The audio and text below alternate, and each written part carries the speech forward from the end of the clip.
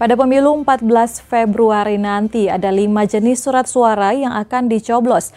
Mari kenali 5 warna surat suara dan apa peruntukannya. Berikut ini.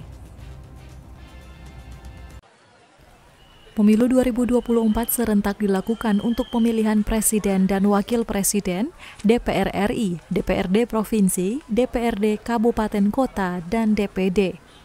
Ada beberapa hal penting untuk diperhatikan ketika menyalurkan aspirasi dukungan di TPS. Wajib diketahui bahwa setiap surat suara yang akan digunakan memiliki warna yang berbeda-beda.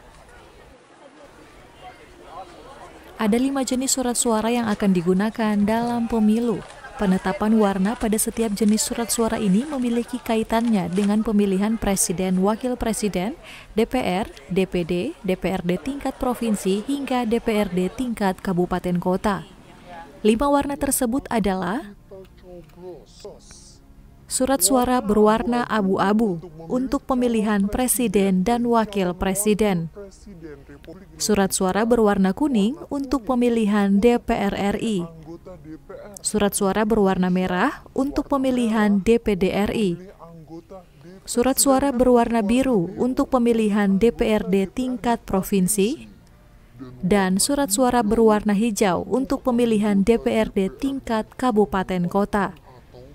Perlu diingat meskipun setiap jenis surat suara telah dibedakan secara warna, namun setiap surat suara mencantumkan keterangan spesifik seperti nama dan nomor urut yang sesuai.